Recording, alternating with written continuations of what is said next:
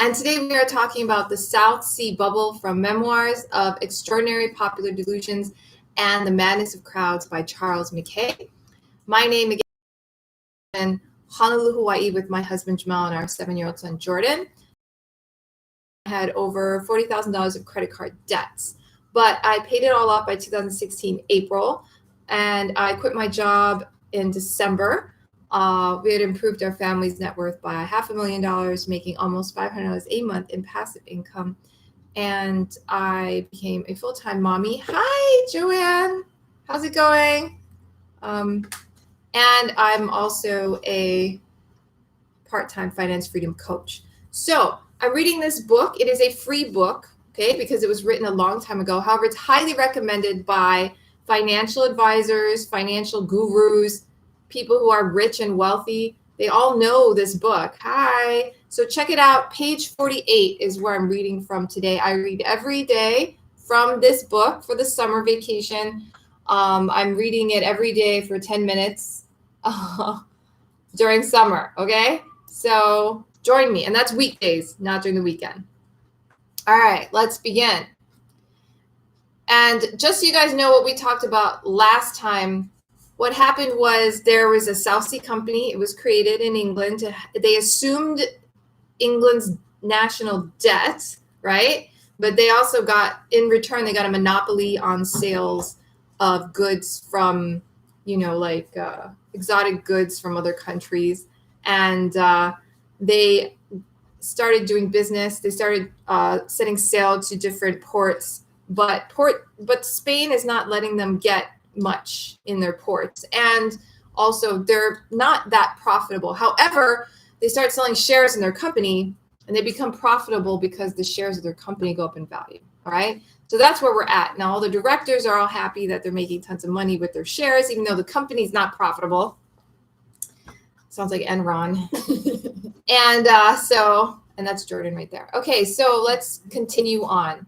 And they heard about what happened in France, which we talked about before, the Mississippi scheme, where he created this company to go to United States and explore the Mississippi, bring back gold and silver and all that. And it's busted because, the company never did anything, okay?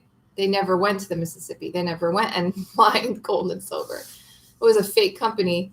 I don't think it was meant to be fake, but they just never got around to actually doing what they said they were going to do. So in essence, it was a fake company. They feel like they can avoid that mistake.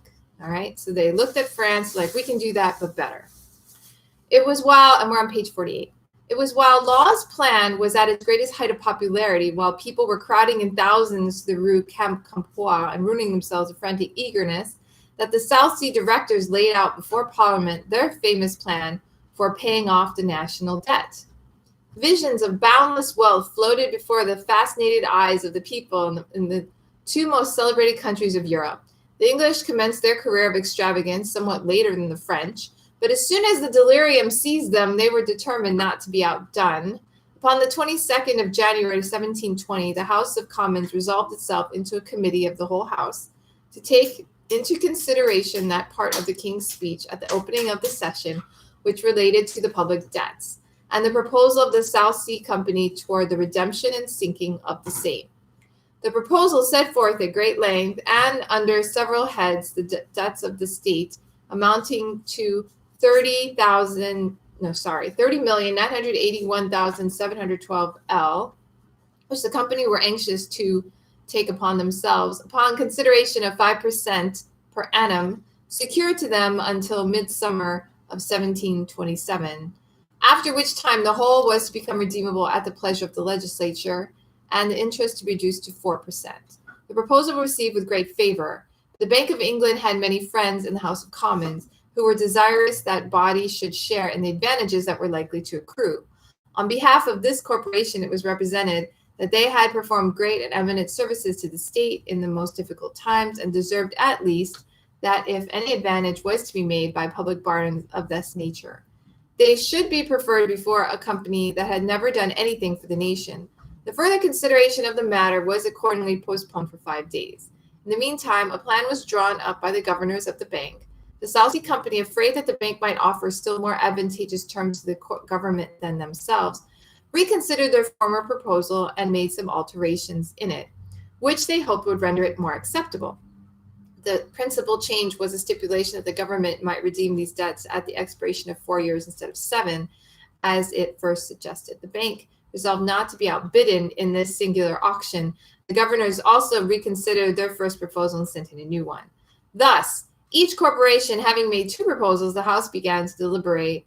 Mr. Robert Walpole was the chief speaker in favor of the bank, and Mr. Aislabie, the chancellor of the exchequer, the principal advocate on behalf of the South Sea Company. It was resolved on the 2nd of February that the proposals of the latter were more advantageous to the country. They were accordingly received, and leave was given to bring it in bill to that effect. Exchange Alley was in a fever of excitement. The company's stock, which had been at 130 the previous day, gradually rose to 300 and continued to rise with the most astonishing rapidity during the whole time that the bill in several stages were under discussion.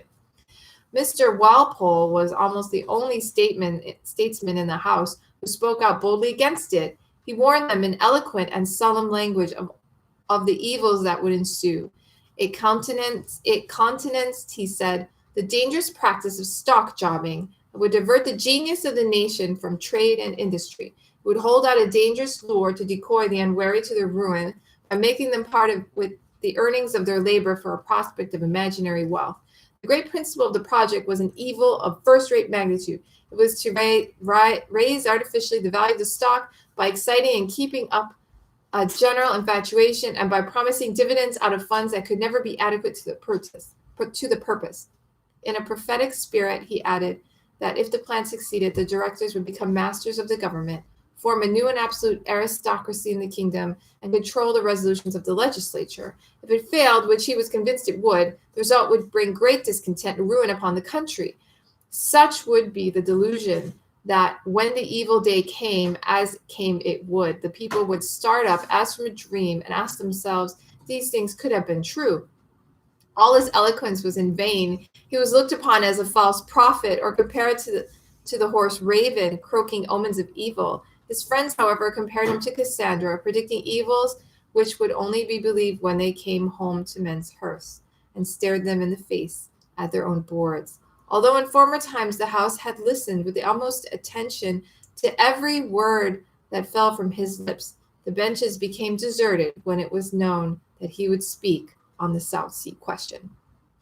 Okay, so I'm done for today. Thanks so much for being on today's live. We will continue on page 50 next time, tomorrow, and every weekday. Okay, check out all the recordings at yesfinanciallyfree.com. If you haven't opted into the email list, put your first name, email address on the right side, hit the big red yes button. You'll get the free ebook, Working Parents Guide to Financial Freedom, sent directly to your inbox. And you will get emails of when I go live and all the replay links. Have a great day. Aloha. And thank you for being on. Bye. If you're on YouTube, please subscribe to the YouTube channel. And we will see you again tomorrow. And if you are on Facebook,